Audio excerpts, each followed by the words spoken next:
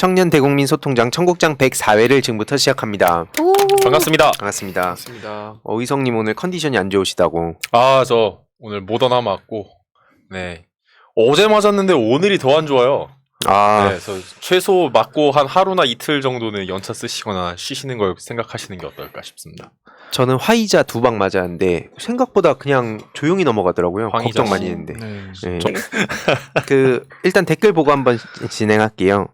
일단 저 같은 경우에는 이재명 유튜브 구독하러 갑시다. 100만 도전 이란 오, 댓글이 있는데 뭐 이따 방송 중에 자연스럽게 나오겠지만 이재명 후보가 확실히 불리한 언론 그 환경 속에 있는 건 팩트라서 이렇게 시민들한테 간절히 호소한 것도 있었고, 그래서 뭔가 댓글 남기거나 구독 하나 해주시는 게 굉장히 큰 힘이 된다는 점 말씀드리고자 이걸 언급했습니다. 네. 감사합니다. 한 분씩. 네. 저는 그 김순자님께서 말씀하신 내용인데요. 청국장 황희두가 있어서 시간 될 때 청취하게 됐는데 와우. 요즘 젊은 사람들의 생각을 조금 이해하게 되고 정보도 알려주셔서 늘 감사하고 응원합니다. 라는 글을 달아주셨어요. 네. 제가 이제 생각하는 이 방송 생각하면서 청소년의 이야기를 최대한 많이 전달을 해드리고 그 와중에서 좀 공감하는 부분이 있으셨으면 좋겠다라는 생각을 항상 가지고 있는데 딱 그런 식으로 댓글을 달아주셔서 제 눈에 좀 딱 들어왔던 것 같습니다. 감사합니다. 저는 그 장연정님께서 청국장 참여 패널 젊은 청년들의 앞을 내다보는 멘트 하나하나가 주옥 같다라고 말씀을 해주셨고, 또 뭐 요소수 이야기를 이제 지난주에 했었더니 이게 뭐 어떻게 만들어진 건지 원료가 뭐였는지 몰랐는데 알게 돼서 좋고 뭐 고맙다라고 댓글 남겨주셔서 저희도 매우 감사합니다. 네, 저 2개 해도 될까요? 아, 3개 하셔도 될 것 같습니다. 네, YYK님께서 저는 30대 후반 여성인데요. 정치인들이 칭하는 2030 목소리, 그건 2035 남성 목소리인 것 같아요. 비교적 볼륨이 큰 단일 의견에는 젊은 여성 목소리가 잘 담겨 있는지 모르겠어요. 라고 해주셨고, 그리고 이예진님께서 댓글 보려고 기사 클릭하는 사람이 더 많지 않나요? 어떤 재미있는 댓글이 있나 그게 더 궁금합니다. 이제 이런 얘기를 해주셨는데 아마 저희가 2030이라고 해서 다 똑같은 목소리가 아니고 소외된 목소리 있다라는 내용하고, 그리고 재훈님께서 보통 기사 댓글을 많이 소개해 주시니까 그런 네네. 얘기를 해주셔서 댓글을 적어주신 것 같아요. 재훈님 팬이신가 봐요. 아니 뭐 좋습니다. 한번 본격적인 주제로 들어가 보도록 하겠습니다. 저는 오늘 그 지지난주에 그 캅26, 그러니까 세계 그 UN 기후변화 협약 당사국 총회 26번째가 열렸었고, 이제 계속 아마 일주일 넘게 그 관련된 회의 관련된 뉴스들이 여러 가지로 이제 방송을 탔었는데 이제 끝났어요. 끝이 났고, 그럼 어떤 이야기들이 오고 갔고 결과가 뭐냐가 좀 궁금하실 것 같아서 제가 모더나를 맞고 타이레놀을 3개를 먹고 오늘 준비를 한번 해봤습니다. 예. 중요한. 일단 그 전에 이번 그 캅26 보시면서 좀 기억에 남는 어떤 순간이나 뉴스나 이미지나 멘트나 이런 게 좀 있으실까요? 어떠세요? 없습니다. 이번 같은 경우는? 저는 비단 보자기가 비단 훨씬 보자기? 더 큰 뉴스가 많이 나왔지 네. 않나 하는 생각이 듭니다. 오케이. 그 저 같은 경우는 그건 확실히 되게 딱 박혔어요. 투발루 대표가 물속에서 그 발표한 거. 우리나라 그 투발루라는 국가 자체가 그 해수면 상승 때문에 섬이 9개로 이루어진 나라인데 섬이 지금 2개인가 3개는 이미 사람이 살 수 없게 이미 다 잠겨버렸어요. 그래서 그 정도 심각하다라는 걸 이야기하기 위해 그 국가대표가 그 인터뷰를 물속에 들어가서 했어요. 그런 걸 보여줬는데 저는 그 투발루 대표가 좀 기억이 많이 남고 그런 이제 캅 26이었어요. 그럼 이번 캅 26의 성과가 어떻게 되냐를 보면 그 이번에 글래스고 영국 글래스고에서 열렸잖아요. 그래서 네. 글래스고 기후 합의라고 크게 합의문이 하나 됐습니다. 큰 내용은 그 왜 파리 협정 때 지구 기온 상승을 1.5도로 제한한다라는 게 골자라고 자주자주 말씀드리는데 아마 오늘도 그 얘기가 계속 나올 거예요. 그리고 이번 글래스고 기후 합의도 그 1.5도 이상 지구의 기온이 올라가지 못하도록 하자라는 것을 재확인했다가 이제 성과이고요. 그것을 하기 위해서 그 기후 적응 기금이라고 있습니다. 네. 그러니까 이미 기후변화의 시대에 도래했기 때문에 특히 개발도상국들 같은 경우는 태풍도 더 크고 더 자주 이제 입고 하면서 손해도 그만큼 크기 때문에 대표적으로 폭염도 상당히 많아지고 가뭄도 많아지고 이렇게 기후위기가 심각해지면서 일어나는 자연재해로 인한 피해를 이제 선진국들이 보상을 하는 시스템이 마련이 좀 되어가고 있는 것 같아요. 그래서 기후 적응 기금이라고 해서 2025년까지 약 200조 원 정도의 규모로 개발도상국들의 기후 적응할 수 있도록 예를 들어서 뭐 태풍이 많이 몰아치는 지역이다. 그러면 그 지역엔 이런 그 보호소 같은 것들을 많이 만들어 놓는다든지 아니면 해수면 상승이 예상이 되는 곳이다라고 하면 방파제 같은 것을 미리미리 쌓아 놓는다든지 이런 식으로 기후 적응 기금을 증액을 하고 또 앞서 말씀드린 것과 비슷하게 기후 위기로 인한 손실을 보상해 주는 것도 좀 이야기가 좀 됐고요. 그리고 중요한 것은 이 비효율적인 화석연료 보조금 중단. 그러니까 화석연료 사업을 할 때 항상 이 국가 보조금이 껴요. 근데 이 보조금을 이제 주지 말자라는 것으로 단계적으로 감축해가는 것으로 이야기가 됐고 또 좀 중요한 부분은 최초로 이 화석연료를 감축하자라는 게 명시가 됐어요. 그러니까 이게 지구의 온도 상승을 억제하자라는 세계적인 회의에서 단 한 번도 화석연료를 감축하자라는 이야기가 나오지 않았던 게 오히려 의아할 정도이기도 한데 네. 26번째 회의 만에 처음으로 화석연료 그 중에서도 석탄을 감축하자라고 이제 이야기를 했어요. 이거에 대한 어떤 반대적인 그 한계는 석유랑 천연가스에 대한 얘기가 없어요. 석탄만 감축하재요. 그런 한계가 이제 있었고 또 그 외에 한 3가지 정도 중요한 선언들이 있었는데 서약도 있었고 일단 뭐 2030년까지 메탄 배출량을 30% 줄이자 하는 국제 메탄 서약도 있었고 또 2030년까지 산림 파괴를 멈추고 토양도 회복시키자는 산림 토지 이용 선언 같은 것도 있었고 또 2040년까지 석탄을 폐지하자라는 합의도 있었고 그래서 한 이렇게 3가지 정도의 합의가 있었는데 우리나라는 이 3가지 다 참여하는 것으로 결정한 것으로 알고 있어요. 뭐 이런 나름의 좀 성과들이 있었다라고 보면 이것들에 대한 비판도 상당히 있죠. 일단 탈석탄을 실패했다라는 점이 있는데 그러니까 석탄을 더 이상 안 쓰겠다가 아니라 그냥 좀 감축시키겠다 정도로 이야기가 좀 수정이 됐어요. 처음엔 아예 석탄 쓰지 말자라고 합의하기로 했다가 마지막에 인도랑 개도국들이 싫어. 그거 너무 빡세. 감축 정도로 가 해서 감축으로 수정이 됐고 또 아까 앞서 말씀드렸던 것 중에 비효율적인 화석연료 보조금을 중단하자라는 게 있었는데 이 비효율적인이라는 이 정성적 지표가 매우 마음에 걸리는 거죠. 네. 이 표현이 굉장히 모호하고 또 앞서 역시 말씀드렸던 것처럼 석유, 천연가스 사용 제한에 대한 어떤 언급이 없었다라는 비판이 있습니다. 여기까지 들으시면서 어떤 생각이 좀 드셨나요, 재훈님? 저는 이제 대표님이 항상 이 환경 기후 변화 이런 거에 대해서 얘기를 해주시잖아요. 근데 네. 저는 이 기사랑은 좀 별개로 최근에 좀 제가 궁금한 상황이 생겼어요. 뭐냐면 오늘도 질문이 예. 왜냐면 이제 궁금한 거를 좀 공개적으로 질문을 드리면 좋아요. 저랑 똑같은 비슷한 생각을 가지신 분들이 좀 궁금증이 해결되지 않을까 하는 그쵸. 그런 취지에서 좀 준비를 해봤는데요. 일단은 그 석탄을 이용하는 그 요소수 저번 주에 말씀해 주셨잖아요. 네. 그 요소 산업이 지구 온난화의 뭐 주범이다. 그리고 탄소 배출 핵심의 하나로 지목이 되고 있고 요소 생산 그 세계 1위인 중국의 변화가 뭐 불가피하다. 막 이런 기사를 봤어요. 네. 그러면서 세계 마그네슘 공급을 중국이 무려 뭐 85%나 차지를 하고 있고 수출의 한 축인 자동차 업계의 경우 또 차 부품의 핵심인 마그네슘 재고가 지금 넉넉하지 않다. 그러면서 이게 이제 제2의 요소수 사태로 번질 수도 있다라는 그런 기사를 좀 접했어요. 그래서 한번 좀 궁금해서 여쭤보고 싶었습니다. 관련해서 좀 그런 게 있는지. 그 지난 방송 마지막에 말씀드리면서 마무리했던 부분이 뭐였냐면 네.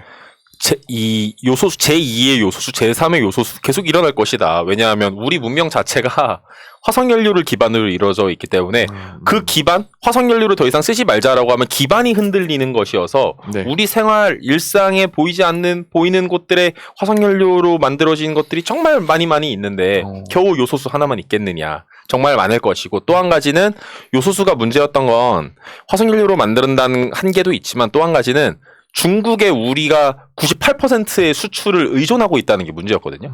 마그네슘도 제가 알기로는 아마 90% 훨씬 넘어갈 거예요. 중국에 대한 의존도가. 그리고 우리가 중국, 뭐 일본, 미국 등의 한 단일 품목을 거의 100% 의존하고 있는 화석연료 기반의 재화들이 많이 있어요. 몇 천 가지 있을 거예요. 그런다고 봤을 때 뭐 요소수뿐만 아니라 마그네슘뿐만 아니라 화석연료를 기반으로 이루어진 우리의 문명이라는 걸 먼저 고려를 하고 그렇다면 화석연료를 우리가 쓰지 않는다라고 했을 때 생길 만한 우리 일상에서의 변화들이 정말 많을 것이기 때문에 그 점에 대해서 특히 환경부 같은 곳에서 더 리더십을 발휘하고 미리 예지하고 예견하고 준비를 해야 한다라는 것이 이제 저의 생각이죠. 저는 이런 회의를 하거나 국가적인 협의를 하거나 뭐 나라에서 정책을 펼 때 항상 그 딜레마가 있는 것 같아요. 이게 누군가는 100발짝을 가고 싶어 하는데 그래도 50발짝이라도 한 발짝이라도 떼는 게 낫지 않냐라고 하는 목소리가 분명히 그쵸. 있을 텐데 불구하고 지금 방금도 이게 26번째 겨우 석탄 이야기가 나왔고 그럼에도 불구하고 뭐 석유나 천연가스에 대한 얘기가 없다고 하셨잖아요. 네. 그러니까 여기에 대해서는 분명 진짜 실질적인 논의가 안 되고 그냥 요식행위 하는 거 아니냐, 워싱 아니냐라고 하는 그런 또 비판도 충분히 받을 수 있지 않을까 하는 생각도 많이 들고 근데 그쵸. 그럼에도 불구하고 현실적으로 움직일 수 있는 그 제한된 환경 안에서 어떻게든지 좀 노력해야 되는 그 딜레마적인 게 너무 약간 어떻게 보면 정치랑도 너무 비슷하고 환경이나 모든 분야에 약간 비슷하지 않나 하는 생각이 약간 들면서 역시 이 청국장의 중심은 달타령님이 여기 일주일 동안 질문 준비해야 하는데 지금 여기는 이제 최고의 감초로 떠오르고 계시다면 역시 중심은 중심은 역시 달타령입니다. 씁쓸해 보이는데. 아니에요. 제가 적당한 수식어를 다음에 준비해 올게요. 아니 괜찮습니다. 너무 이쪽으로만 칭찬이 몰렸네요. 아닙니다. 근데 괜찮습니다. 실제로 되게 중요한 얘기예요. 맞아요. 네. 왜냐하면 환경적인 거에 있어서도 저희가 줄여야 되는 건 알지만 또 실질적으로 이걸 줄이고 예를 들어서 수소로 바꾸거나 하는 그 차원에서 또 다른 또 문제가 생기기도 하고 맞아요. 예를 들면 그 툰베리라고 하는 굉장히 유명한 분이 상징성을 가지고 계시지만 근데 그분도 지금 많이 지금 이미지가 좀 훼손되고 그분에 대한 비토 정서가 많이 커져 있는 것 같더라고요. 그게 뭐 그 사람에 대한 이미지를 깎아내리려고 하는 어떤 세력의 뭐 의한 거든지 어쨌든지 지금 보면 그런 걸 보면 좀 안타까운 마음이 많이 들어서 진짜 그런 것도 있죠. 뭔가 그러니까 저는 그게 궁금했어요. 툰베리 씨에 대해서 좀 환경에 활동하시는 분들의 평가는 어떤지. 저도 어떤 영상을 보다 보니까 뭐 툰베리 씨 얘기 나오니까 또 등장했다. 한마디로 뭐 제대로 된 대안도 없이 그냥 남 비난만 하고 그래서 뭐 어떡하라는 거냐라는 반응들이 꽤 많이 있어서 좀 젊은 층들 사이에서 그래서 뭐 혹시라도 오해가 있었다면 뭐 또 푸른 계기가 필요하지 않을까. 아니면 뭐 실제로 그냥 비판만 한다면 또 그 또한 대안을 우리가 그럼 같이 고민해야 되는 거 아닌가 뭐 이런 차원에서 한번 여쭤봤습니다. 저 같은 경우는 일단 그레타 툰베리 같은 경우는 제가 뭐라고 평가할 수 없을 정도로 대단한 사람이라고 생각해요. 그러니까 뭐 어떤 점이 대단하냐면 자기가 하고 싶은 말을 분명하게 전달하는 능력이 굉장히 뛰어난 것 같아요. 그 생각 자체도 상당히 놀랍고 예를 들어서 1인 시위 같은 것도 이제 툰베리가 먼저 시작하면서 전 세계적으로 학생들, 청소년 기후 행동이 확산되기도 했고 또 그거 상징적이잖아요. 대서양을 그 무동력 보트로 네. 건너간 것. 그런 것들 사실 누구도 하지 못하는 것들인데 그런 걸 하는 어떤 추진력도 있고 기본적으로 갖고 있는 가치관도 저는 좋다고 보고 그리고 반대급부로 이야기하면 10대 소녀가 전 세계에 알리고자 하는 그 메시지가 저는 좀 눈물겨워요. 얼마나 답답하고 얼마나 답이 없으면 10대 소녀가 공개적으로 나의 존재를 드러내고 전 세계에 환경과 관련된 메시지를 전달할까? 앞으로 저 사람은 평생 환경운동가로 살아가야 될걸요? 툰베이라는 삶보다 환경운동가의 삶이 더 클 텐데 자기 삶을 바쳐서라도 저렇게 간절하게 전달하고 싶은 이야기를 만들어 놓은 세계 만들어 놓은 기득권이 저는 더 문제라고 보기 때문에 뭐 사람으로 하나씩 파헤쳐 보면 툰베리라는 사람에 대해서도 뭐 책 잡힐 게 있을 수도 있겠죠. 근데 글쎄요, 저는 그게 중요할까요?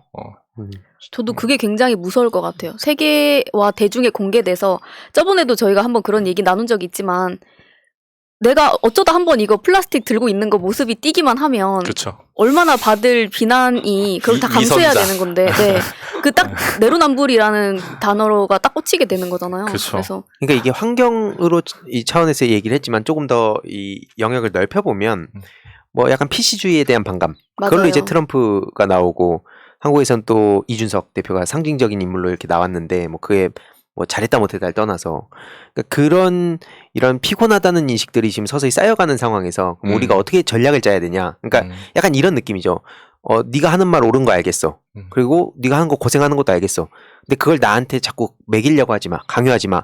라는 반감이 그렇게 얘기하기가 뭐하니까 괜히 이제 아까 말했듯이 뭐 하나 찾아가지고 그거 쫙 전 세계적으로 퍼뜨리고 악마화하고 그러면 이제 동력이 상실되니까. 근데 이게 늘 개혁파들이 당해오던 네 맞아요. 뭐 DJ 대통령 빨갱이라고 낙인 찍으니까 아무 어떤 메시지도 듣지도 않고 그냥 배척하던 사람들이 있었듯이 그거를 우리가 그럼 어떻게 극복할 것인가에 대한 게 뭐 환경으로 돌파를 하든 혹은 또 아예 그냥 거대한 흐름으로 접근하든 좀 더 다양한 생각을 해봐야 되지 않을까 싶은 생각이 있어요. 제가 예전에 지금은 아예 저는 커뮤니티를 들어가질 않는데 제가 축구나 야구를 되게 좋아해가지고 예전부터 이런저런 커뮤니티를 많이 봤었어요. 근데 그 진보적인 커뮤니티도 하나 이렇게 들어가던 축구 사이트가 있었는데 거기서 그 자유 게시판에 한번 툰베리에 대한 글이 올라오고 거기 댓글을 보니까 학교 나가지 못된 기집애가 누구 사주를 받아가지고 뒤에서 스폰서가 누가 있길래 저러고 되바라진 행동을 하냐 뭐 이런 욕들이 댓글이 일관적으로 달리더라고요. 그런 거 보면 이런 사람들한테도 어떤 전략과 전술이 필요할까? 그냥 저런 건 무시하고 할 말하고 사는 게 나는 전략일 것 같다라는 생각이 들어서 그 이후로 아예 커뮤니티를 그냥 끊어버리고 내가 해야 되는 일에 집중하는 편이거든요. 저는 전략이 왜 필요하다 생각하냐면 이 전략을 그들을 설득하려고 한다기보다는 뭐 토론할 때 청중들한테 어필하듯이 이걸 가만히 방치해두면 약간 일베랑 비슷하다 봐요.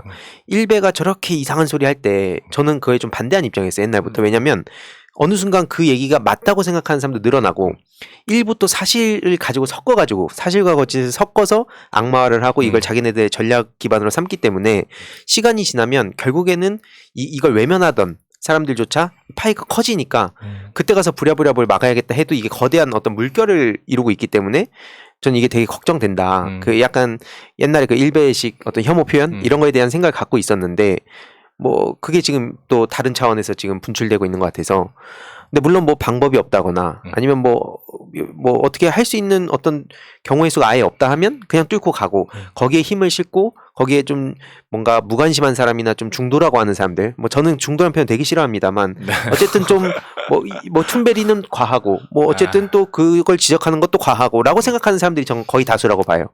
그들을 어떻게 움직일 것인가. 네. 왜냐면 툰베리 저는 어떤 느낌이냐면 툰베리 씨가 그렇게 표적이 되면 옆에서 나도 저렇게 해야겠다 생각하던 사람들조차 머뭇거리게 되고 그렇게 가만히 방치되면 결국에는 그분은 그분대로의 또 되게 힘든 삶을 살게 되고 점점 거기로 모이는 게 아니라 반대급부로 그걸 조롱하는 사람이 마치 되게 세련돼 보이고 되게 여기가 막 집합을 이루고 대세를 형성하면 아무리 노력해도 전 답이 없다 생각하거든요. 그런 차원에서 어떻게 대세를 움직일 거냐 이게 좀 정치 쪽에서 고민했던 문제인데 이 환경 쪽에도 똑같이 적용이 되는 것 같아서 어떤 좀 맞아요. 개혁적인 입장에서 그래서 얘기를 해봤습니다. 그렇죠. 일단 환경 쪽은 좀 어느 정도 좀 불이 붙은 것 같아요. 그러니까 툰베리에 대해서 못된 기집애라고 비판하는 목소리는 이제 그런 얘기 하는 건 그 사람에 대해서 여러 가지 손가락질이 많이 가는 정도로 국내뿐만이 아니라 세계적인 흐름에서 봤을 때 기후변화에 대응하는 움직임은 점점 불이 붙고 있는 편이고 특히 산업과 금융이 움직이고 있기 때문에 뭐 환경 쪽 같은 경우는 불이 좀 붙어온 것 같아서 조금 희두님이 평소에 싸우고 있는 그 부류와는 또 약간 다르게 빠르게 운동성이 번져가고 있는 것 같아요. 약간 다른 느낌이긴 해요. 한번 이거는 다음에 또 얘기를 해보면 좋겠는 게 당장 주위에 뭐 기후변화 혹은 뭐 정치권이 무관심한 이유도 저는 이게 그러니까 탄력이 받은 게 맞는가라는 생각이 한편으로 또 들거든요. 그러니까 그 사람을 리스펙하고 인정하는 건 오케이. 근데 그건 나는 내 삶과는 별개야. 뭐 난 요 정도만 해도 뭐 예를 들어서 뭐 염색만 안 해도 난 충분히 할 만큼 하는 거야 시민으로서. 이렇게 생각하면 결국엔 이게 분리가 돼 버리는 것 같아서 그러면은 이게 우리나라에서 기후 변화 문제를 어떻게 해결할 수 있을까? 이걸 어떻게 대선 후보들한테 이걸 좀 압박을 할 수 있을까 생각해 보면 지금 차원에서는 압박이 전혀 안 되고 있다고 생각해서 그래서 좀 얘기를 해봤습니다. 오케이, 좋습니다. 일단 저는 오늘 그럼 소식 준비한 걸 조금 마무리를 지으면 네. 아까 갈타령님이 제가 오늘 마무리할 소식을 미리 질문처럼 의견을 전달해 주셔서 상당히 뿌듯하고 기분이 좋은데 그 지난 방송 때 말씀드린 것처럼 그 왜 NDC라고 해서 각 국가가 온실가스 감축 목표를 제시를 했고 우리나라 같은 경우는 2030년까지 2018년 대비 40%의 온실가스 배출량을 감축하겠다라고 목표를 냈다라고 말씀을 드렸는데 그러면서 한 가지 아이러니한 사항을 말씀을 드렸었어요. 1.5도의 기온 상승을 막기 위해 많은 나라들이 이 NDC를 제출을 했는데 그 NDC를 다 취합하면 1.5도를 막기는커녕 2.4도가 넘어갈 2.4도의 기온이 온도가 상승할 것으로 예상이 될 정도로 NDC들이 되게 빈약해요. 특히 중국, 뭐 인도, 러시아, 안타깝게도 한국 포함해서요. 그래서 최근에 하나 재밌는 그 소식이 하나 나와서 그 연구가 나와서 그걸 하나 가져와 봤는데 이 1.5도의 기온 상승을 막기 위한 각국들의 노력들이 전개가 되고 있는데 그것을 각국별로 어느 정도 정책적으로 준비를 다 한 1.5도를 넘기지 않을 준비가 다 된 나라가 어디가 있을까 하고 쭉 돌아봤어요. 봤더니 전 세계에 딱 한 나라 있어요. 맨 오른쪽에 있는 감비아. 감비아라는 국가 들어보셨습니까? 아프리카에 있는. 아프리카. 비아는 다 아프리카 아닌가? 볼리비아 그렇죠. 네. 콜롬비아도 있고. 콜롬비아도 있네. 네. 갑자기 비아로 가네. 비아는 콜롬비아 멕시코 중간에 왼쪽 두 번째 있잖아요. 차이나 밑에. 그러네요.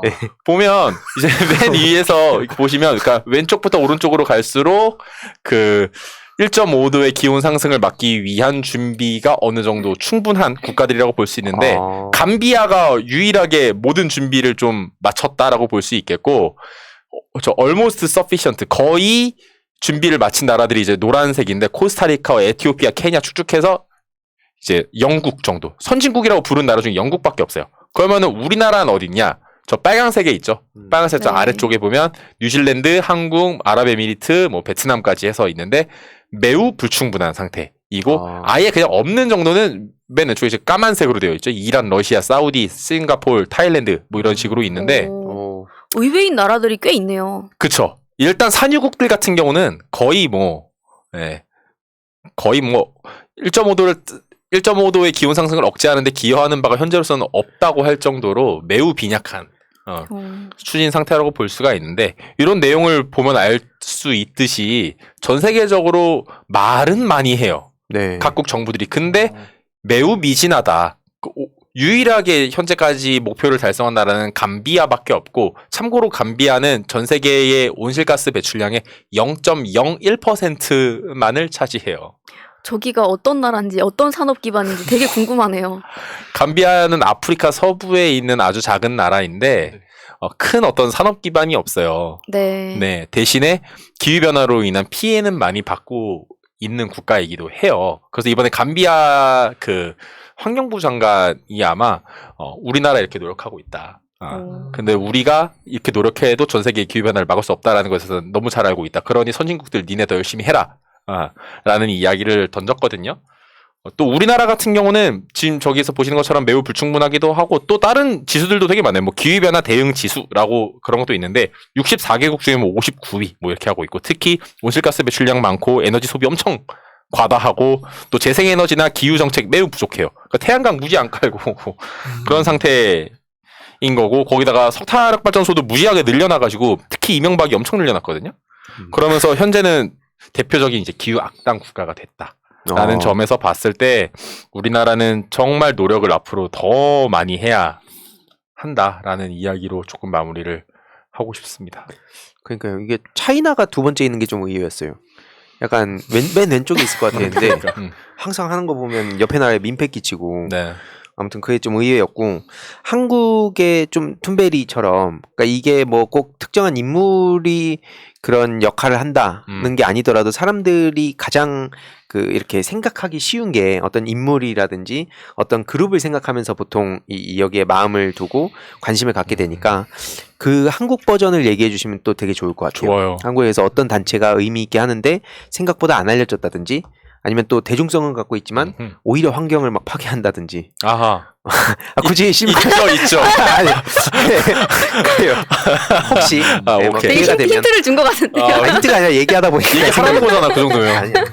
혹시 아, 그래서 또 우리가 후원을 해야 되는 곳이 있다면 네. 저도 후원도 하고 아, 맞아요. 그렇게 해서 살려야 돼요. 특히 저는 청년 청소년들이 주축이 된 데는 자본이 딸리잖아요. 맞아요. 인적 네트워크도 딸리고 맞아요. 그런 네. 데를 우리가 계속 알리고 힘을 합쳐야 시민운동이 더 살아난다 생각합니다. 소식 봤습니다. 그 활동하신다고 하는. 네, 맞아요. 맞습니다. 그거 어필하려 한 건 아닌데 아무튼 그래서 김치앤칩스라든지 맞아요. 뭐 이런 단체들을 많이 좀 중간중간 맞아요. 공유 드릴게요. 공유 주시면 좋을 것 같아요. 네.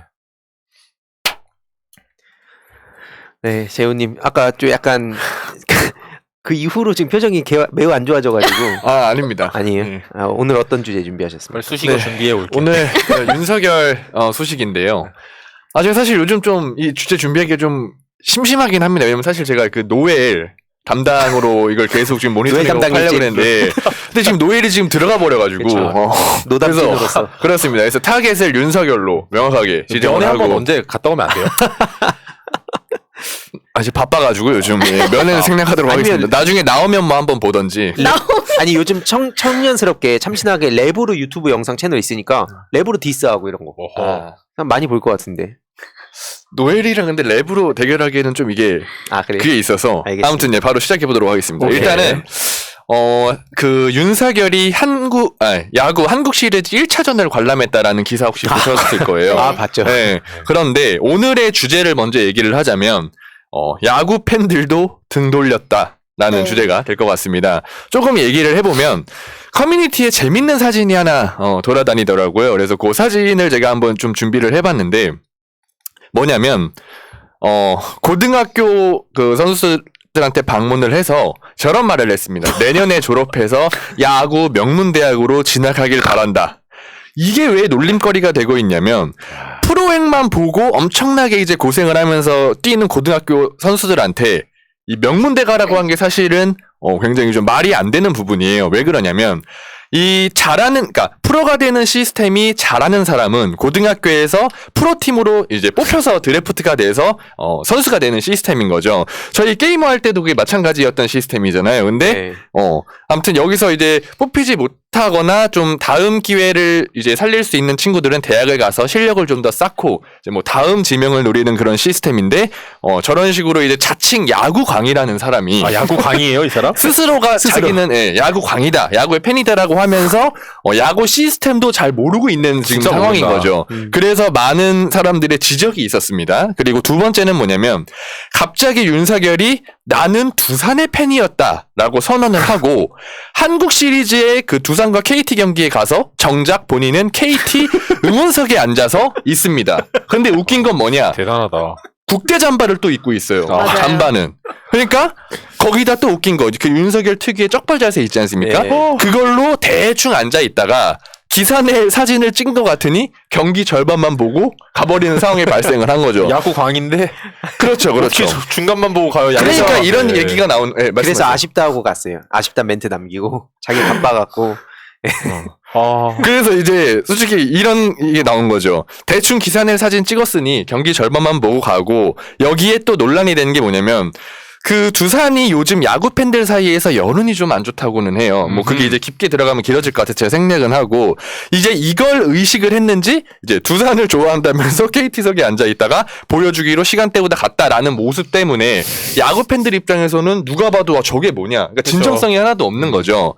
그리고 세 번째는 뭐냐면 모든 야구 팬들의 표심을 얻으려고 이런 발언을 합니다. 뭐 한화, 삼성, 기아 뭐 자기는 다 응원했다. 그리고 야구 팬들이 제일 싫어하는 이제 철새 팬 인증을 시원하게 한번 한 거죠. 그리고 나서 윤석열이 이런 말을 또 합니다. 광주에 근무할 당시 기아라는 팀이 해태였는데 그때 해태였을 때 응원했다.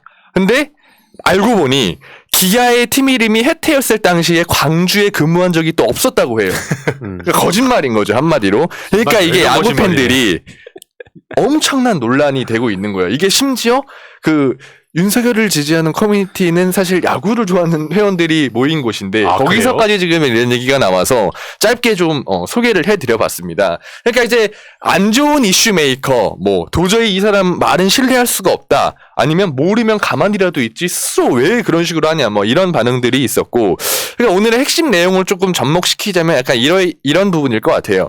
이재명 후보님은 최근에 비슷한 날짜에 이제 e스포츠 행사도 방문하셨었고, 관련해서 뭐 게임 시장의 성장 또는 그 안에서의 좋은 일자리, 그리고 또 신산업의 확충, 그러니까 한마디로 게임 하나만으로 이제 뭐 세계 속의 경쟁력, 뭐 국가 산업의 발전, 뭐 일자리 창출, 여러 개의 비전을 굉장히 엮어서 말씀을 하셨더라고요. 근데 그런 게 굉장히 와닿았고, 이게 진짜 저는 약간 이런 생각을 해요. 대통령이 될 사람의 능력이 진짜 이거 보여주는 그런 그게 아니었나. 그리고 그래서 이재명 후보님 같은 경우도 뭐 옛날에도 게임에 지속적으로 관심도 있으셨고, 네, 그런 것들이 단순 표심을 놓고 이런 행사에 참석해서 발언을 하는 게 아니라 굉장히 좀 진정성이 있고 설득력도 있고, 그리고 이번 일로 많은 어떤 청년들의 지지를 받을 수 있지 않을까라는 그런 개인적인 생각입니다. 그래서 윤석열처럼 뭐 모르는데 아는 척하고 뭐 단순 사진 몇 장 찍으려고 뭐 옛날에 뭐 황교안 그 씨 생각도 났었어요, 개인적으로는. 근데 그런 걸 떠나서 진짜 이재명 후보처럼 하는 게 정말 이게 청년들이 어떤 그 열광할 수 있는 또는 청년들이 공감할 수 있는 그런 부분이지 않을까라는 그런 생각을 좀 해봤습니다. 예. 황교안은 왜요?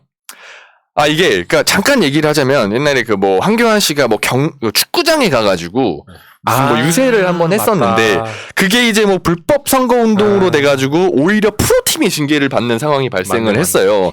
그래서 이제 황교안 씨 이미지가 완전히 뭐 그때 바닥으로 가고, 저는 상권대였죠. 윤석열도 네. 야구장에 차 타고 그리고- 들어간 줄 알고. 그리고 이 황교안이 가고 난 다음에 이 경남 FC의 성적도 굉장히 안 좋아서 뭐 2년 만에 또 2부 리그로 뭐 강등이 됐었다 막 그런 식으로 황교안이 되게 안 좋은 식으로 하더라고요. 축구장에서 유세를 하는 게 진정성도 하나도 없고 말 그대로 표 의식해가지고 잠깐 보여주기 식으로 하는 거예요. 그래서 잠깐 그런 생각도 났다라는 취지에서 한번 말씀을 드려봤습니다. 예. 네, 새날에서 이 다른 코너에서도 이걸 다루셨었는데 네네. 저는 가장 인상적으로 남는 건 무엇보다 그 무관심이라고 해서 주변에 사람이 꽉 다 포위하고 있는데 아무도 윤석열한테 네. 관심이 없는, 저는 그 사진이 가장 인상적으로 진짜 남아있는 멋있다. 하나였고, 예. 네, 왜냐면은 그 아까 얘기해주신 것처럼 이제 FM, 엠팍 두 가지가 있는데, 엠팍 같은 경우에는 연령층이 조금 더 있고 윤석열을 지지하는 층이 있는 커뮤니티인데, 어쩌다 그렇게 됐어, 엠파. 엠팍이 거기가 야구 원래 커뮤니티잖아요. 저 거기 근데- 90년대부터 들어갔던 데거든요. 아, 근데 지금 저렇게 됐습니다. 그래서 많이 윤석열이, 망가졌네.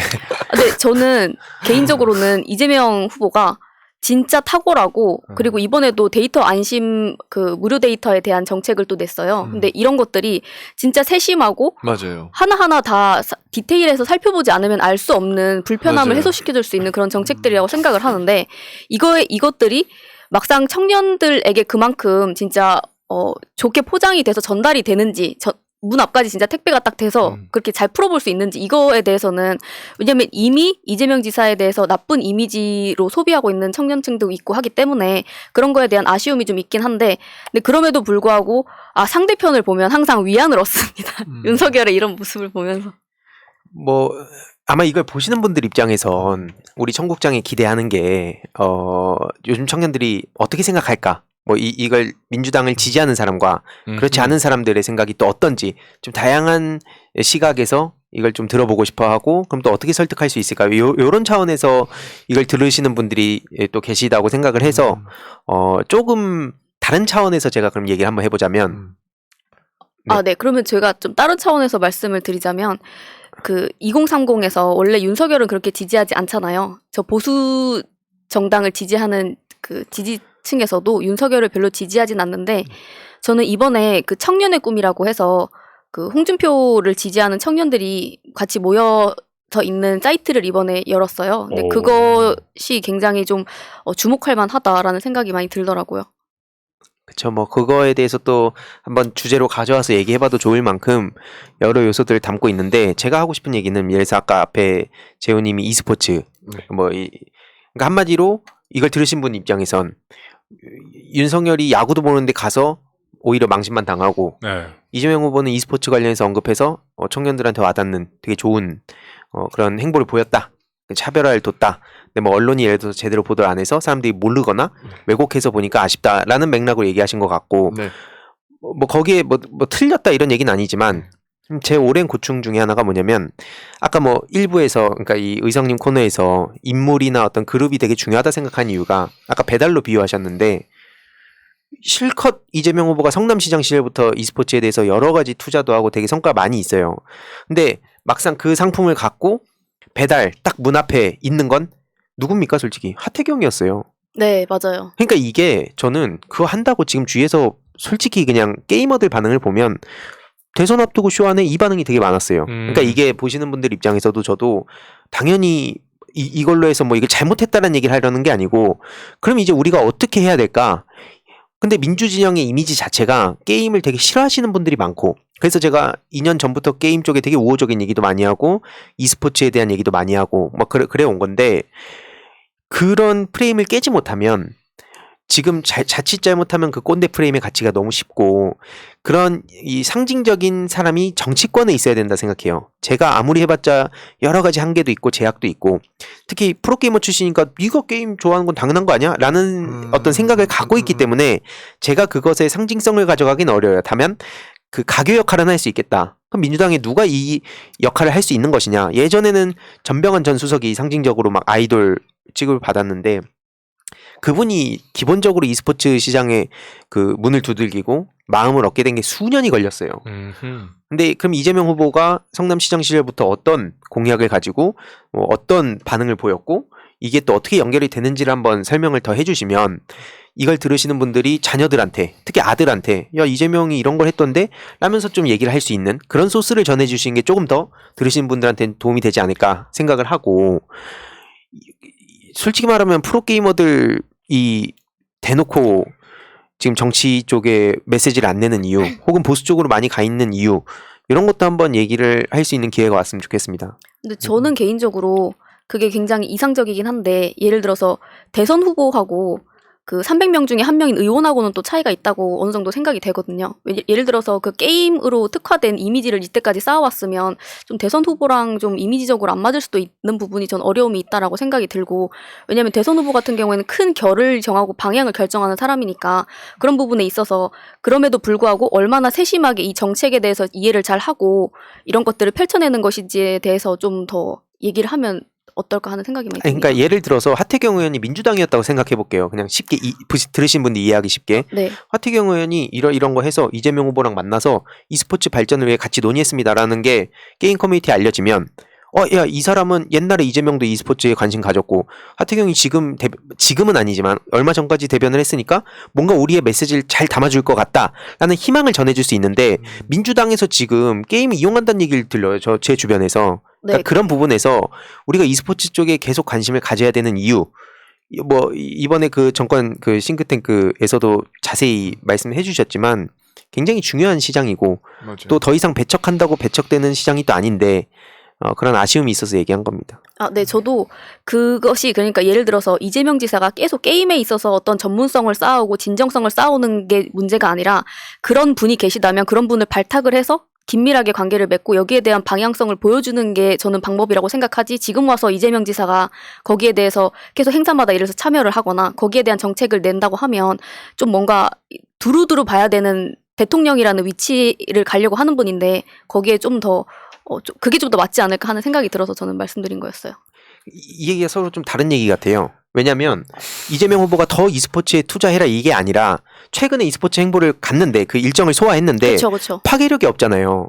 언론에다가 마냥 바랄 수도 없잖아요. 솔직히 현실적으로. 그렇죠. 그러면 그걸 중간에서 의원이 캐치를 해가지고 이걸 대변하고 얘기하고 이슈머리를 해야 되는데 저도 그 부분이 비었다는 얘기를 전 하는 거예요. 그러니까 이재명 후보가 그 비어있는 자리가 될 수는 없다. 다만 그 비어있는 공간에 누군가가 필요하다라고 저는 이 말씀을 드리는 거예요. 그러니까 이재명 후보가 여태까지 그 부분에 대해서 챙겨온 사람이니까 이게 맞아떨어지는 거지.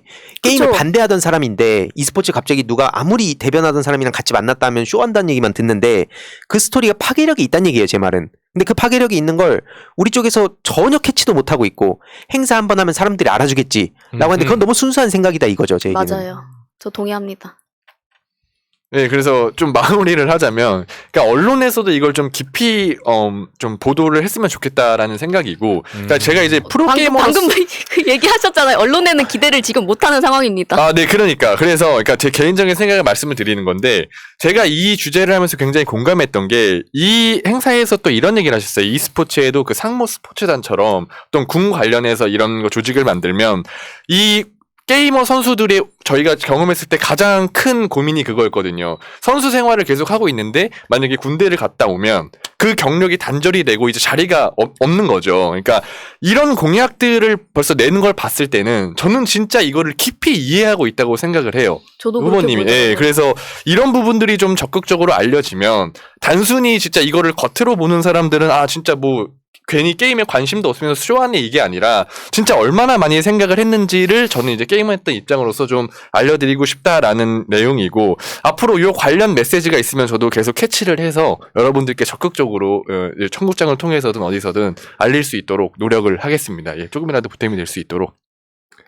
그러니까 언론을 비판하는 건 좋지만 이재명 후보 본인이 아까 우리 시작 부분에 얘기했잖아요. 지지자분들께 호소를 하셨잖아요. 그럼 이걸 들으시는 분이 아들이 게임을 좋아해. 그러면 이재명이 이거 했어. 그러니까 이거를 뭐 주위 분들한테 알려주세요라고 설명해 주시는 게 오히려 지금 이 대선 코앞에 둔 상황엔 훨씬 더 실용적이다 생각하는 거고 네.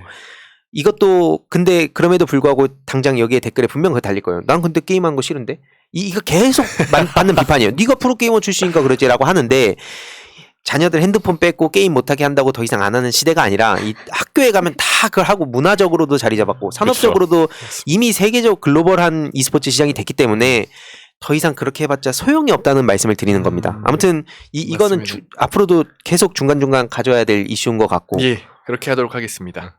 혹시 뭐 따로 하실 얘기? 아, 저는 야구 팬으로서 이런 이딴 짓 좀 안 하면 좋겠어요. 그 한국 시리즈 같이 중요한 경기 와가지고 예를 들어서 뭐 조지 부시처럼 어디 뭐 야구팀 구단주라도 하고 했으면 중요할 때 오더라도 뭐 개연성이 있잖아요. 네. 근데 이 사람은 뭐야? 엠팍이라는 개연성이 있습니다. 딱 이 정서. 저는 이게 지금 의성님이 말씀하신 그 포인트가 되게 중요하다 보는 게 요즘 청년들은 옛날에는 그래도 국민의힘이면 지지하지 이건데 지금 청년들은 안 그런다 이거잖아요. 맞아요. 야 아무리 내가 좋아하는 당이지만 뭐 이재명 후보는 싫어 혹은 이재명은 좋은데 민주당은 싫어 이게 막 파편화돼 있고 어설픈 쇼하는 걸 더 싫어해요. 그러니까 맞아요. 기성세대 의원들 뭐 롤한판 하는 거나 막 청바지 입고 하고 뭐 춤추고 더 싫어하잖아요. 아, 네. 뭐 하는 거냐고. 틱톡하고 틱톡 이거 누구 할아버지들이잖아. 저격하시는 거 아니죠? 네. 아무튼 그런 척 좀 안 하면 워싱 네. 좀 안 하면 좋겠. 좀 진정성 있는 모습을 보여주면 좋겠어요. 그래서 홍준표 후보가 오히려 사람들은 이해 못하지만 나 모른다. 그러니까 나한테 알려달라라는 식으로 하면서 시원한 말들이 섞여갖고 그렇게 갔다. 뭐 청년의권 관련해서도 뭐 다음 주에 좀 더 얘기해봐도 좋을 것 같아요. 너무 좋아요. 아 야구 팬으로서 굉장히 화가 났습니다. 좋습니다. 네 마지막으로 어떤 주제 준비하셨습니까? 네, 오늘 다들 지난주에 제목을 정해왔는데 제목을 얘기를 안 하시네요. 저는 아 그러네요. 잼문이 코너를 맞다. 잼문이로 가는 거예요? 이걸 잼문이. 아무도 피드백을 별로 안 주셔. 잼문이 좋아요. 잼문. 잼문이가 네. 좋아요.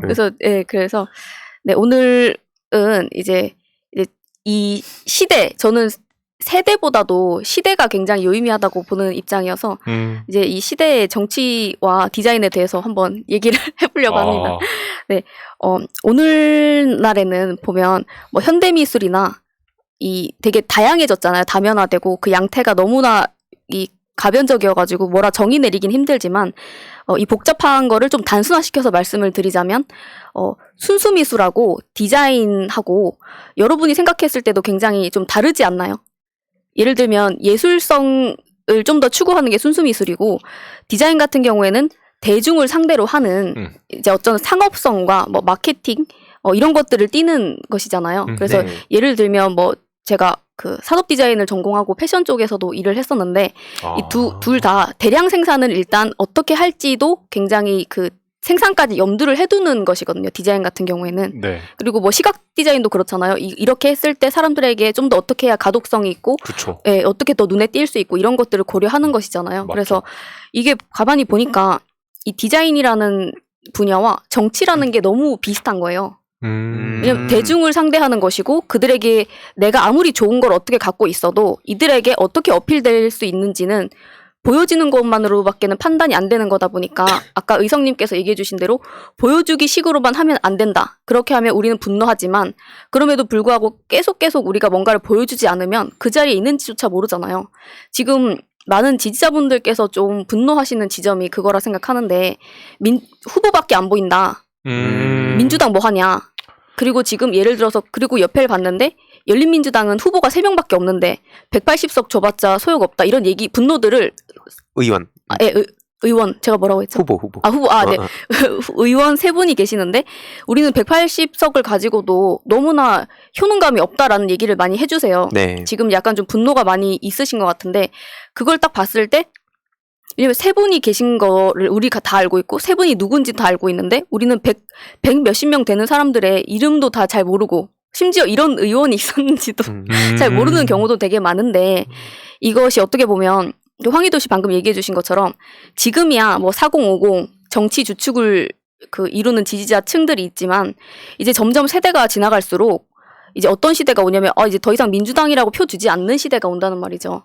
그런 세대들이 자라나고 있고 근데 자기만의 이런 아이덴티티가 있거나 그런 자기만의 컨셉이나 이런 것들이 없다고 하면 내가 그냥 단순하게 저 당이라서 찍어주는 이런 쉬운 시대는 이제 점점 종말을 향해 가고 있지 않나 하는 생각이 많이 듭니다. 여기에 대해서 일단 어떻게 생각하시는지 한번. 저는 100% 공감해요. 최근에 인터뷰도 그래서 그런 식으로 했고 뭐 여야 뭐 다 떠나서 자기 색깔 없이 그냥 당에 열심히 줄 서가지고 어필하는 사람이 거기도 경쟁이 굉장히 치열해지겠다. 거기 아주 소수가 그렇게 살아남을 수 있지만 결국엔 그렇게 되면 도태될 수밖에 없고 보통은 자신의 아이덴티티 왜냐면 해결해야 될 문제가 지금 파편화됐으니까 옛날에 맞아요. 산업화냐 민주화냐 이렇게 크게 갔지만 지금은 뭐 기후환경 문제도 해야 되고 근데 그거를 모든 사람이 기후환경 다루고 검찰개혁하고 언론개혁 이게 안 되니까 그렇죠. 언론개혁은 딱 언론개혁을 할 수 있는 사람들끼리 뭉쳐있고 이 기후환경 문제 누가 또 맡고 이런 게 있어야 되는데 그런 어떤 상징성을 가지는 게 그리고 저도 뭐 이미지 정치라는 비판도 받을 수는 있지만 어쨌든 그렇게 하지 않으면 또 사람들이 알지 못하기 때문에 그런 부분에서 또 디자인 얘기를 풀어가실 것 같다는 생각이 드네요. 다른 말로 하면 그게 보여주기라기보다는 컨셉이라고도 할 수 있지만 소명이라고도 할 수 있죠. 내가 의원이 되기 위해서 의원이 되는 의원은 더 이상 없어야 되지 않나라고 하는 배지 것이. 달라고. 네, 배지 다는 게 목표인 사람이 네. 되면 안 되잖아요. 내가 어떤 문제를 해결해야겠다라고 하는 소명이 있는 사람이 의원이 되고 의석수를 차지를 해야 되는 거지. 네. 근데 지금 보면 이 뭐 전체적인 마케팅 시장이나 디자인들도 보면 예를 들어서 여러분들이 뭐 좀 주식하시는 분들은 좀 아실 수도 있는데 AVMH라고 해서 뭐 루이비통 등 굉장한 명품 브랜드들을 가지고 있는 큰 회사거든요. 이런 브랜드들도 그렇고 대부분의 이제 큰 회사들이 다 자본 싸움이잖아요. 이제는 그렇게 됐단 말이에요. 근데 이렇게 큰 회사들이 굉장히 자신들의 자본과 이 뛰어난 기술력과 인력을 투입을 해서 이 사람들에게 어떤 니즈를 가지고 있는지 이걸 다 지금 긁어 모으고 있잖아요. 네. 가장 큰 화두는 아마 다양성일 것 같아요. 저번 주에 저희가 말씀드린 것처럼 어떤 카테고라이즈해서 사람들을 어떤 층으로 그냥 묶어낼 수 없다라고 하는 거. 근데 이 다양한 니즈들을 파악하고 하기 위해서 그 기업들이 말하자면 사람들의 주머니를 열기 위해서 얼마나 크고 많은 노력을 하는가. 근데 정치권에서는 과연 그거를 뒤따르는 정도의 노력이라도 지금 되고 있는가라는 생각을 해봤을 때 좀 부족함이 좀 있지 않나 하는 생각도 많이 들었고요. 뭐 예를 들어서 이런 비유도 가능할 것 같아요. 뭐냐면 그게 아예 틀렸다는 건 아니지만 청년들한테 가서 너 그렇다고 뭐 국힘 찍을 거야? 이러면 지갑 열려다가도 안 열잖아요. 지금 장난하나? 약간 이런 느낌처럼 새로워져야 되고 항상 도전해야 되고 또 그 과정에서 치열하게 뭐 논쟁도 있어야 되고 그러면서 민주당의 정신이 뭐냐고 했을 때 다 생각이 다르겠지만 어쨌든 개혁 그리고 뭐 예를 들어서 한반도 평화라든지 여러 가지 그런 굵직한 아젠다들은 갖고 있되 그 개개인별로 이거를 각개전투를 해야 된다 보는데 그냥 솔직히 민주당의 힘에 그냥 힘입어서 당선된 분들에 대한 비판이 엄청나게 쏟아질 수밖에 없다 생각해요. 네, 지난 총선에서도 되게 그런 얘기들이 많이 있었던 게 솔직히 대통령과 같이 찍은 사진으로 당선되신 지역구 의원들 같은 경우에 반성해야 된다 이런 얘기들도 좀 있고요. 근데 또 하나 공통점이 또 뭐냐면 브랜드들 같은 경우에는 다 각자의 색깔, 아이덴티티가 분명히 있거든요. 근데 시대에 따라서 이 트렌드라는 게 지나가잖아요. 그러면은 아이덴티티 플러스 알파가 되는 게 트렌드예요. 그래서 여기에 대해서 자기 색깔은 꾸준히 유지를 하되 거기에 대해서 조금씩 변화를 주면서 이거 브랜드가 흘러가는 건데 예를 들면 우리도 다양한 목소리를 뭐 조금밖에 이런 얘기들도 있지만 당 안에서 다양한 목소리들이 있는 것을 용인하고 그것을 수용하는 것은 건강하게 보일 수 있어요. 근데 다만 그거에 휘둘려서 민주당의 색깔이 없어지거나 뭐 민주당뿐만이 아니라 모든 정당들이 그렇게 냈을 때 사람들이 더 이상 지지할 만한 그런 걸 의지를 느낄까 하는 생각이 많이 드는 거예요. 그래서 저도 젊은 사람들의 목소리를 무조건 뭐 이 남자 목소리 무조건 따라라가 아니라 그 사람들의 목소리 듣는 거 다 중요하지만 사람들이 애초에 민주당에게 왜 표를 줬는지를 생각을 해보면 지금까지 계속 너무나 이 지연되고 있었던 이 개혁 이슈들이 너무나 많았잖아요. 여기에 너무 사람들이 지쳐가고 있는 지경인데 이거에 대한 또 의지를 보여주지 않는다고 하면 또 얼마나 많은 분들이 여기에 또다시 당신들을 쳐다볼 만한 이유가 또 될 수 있을까 하는 생각도 많이 들더라고요.